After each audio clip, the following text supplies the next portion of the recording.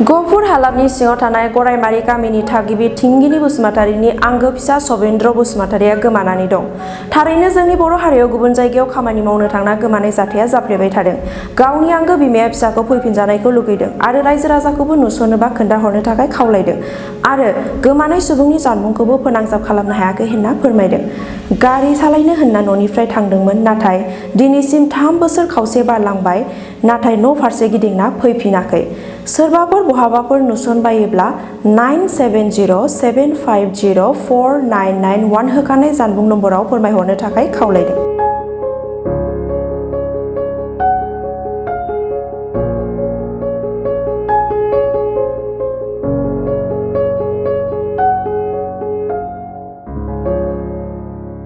आंनि मुङा थिंगिनि बसुमतारी।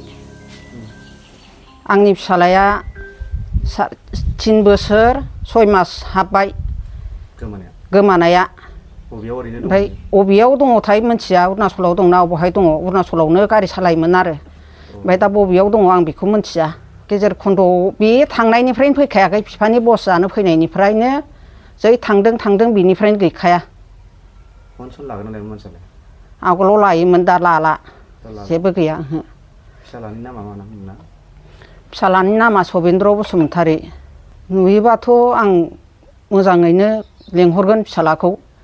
फैनो रोङोबा फैयोबा लेंहरगोन आङो। ओमफ्राय आरो जुदि बायसान्स नुयोबा आरो सोरबा खोन्थाहरोबा ओरैबायदि थोरैबायदि जाना दं होननानै खोन्थाहरोबा आं लायनो होगोन। ओरैनो मा मावोमोन नोंनि फिसाला? ओरैनो माने गारि सालायखायो आरो। गारि सालायोमोन आरो? औ। ओमफ्राय जेबो खबर गैला आरो? ओहो, जेबो खबर गैया। नोंहा साबैसे फिसाला दंमोन? 3मोन। 3 फिसालामोन। सासे फिसाजो, 3 फिसाला। अरुणाचलाव सोरबा थानायफ्रा नुदोंबा नोंथांमोना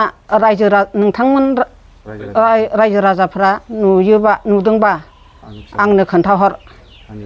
आंनि फिसाला सवेन्द्र बसुमतारीखौ आं लायगोन।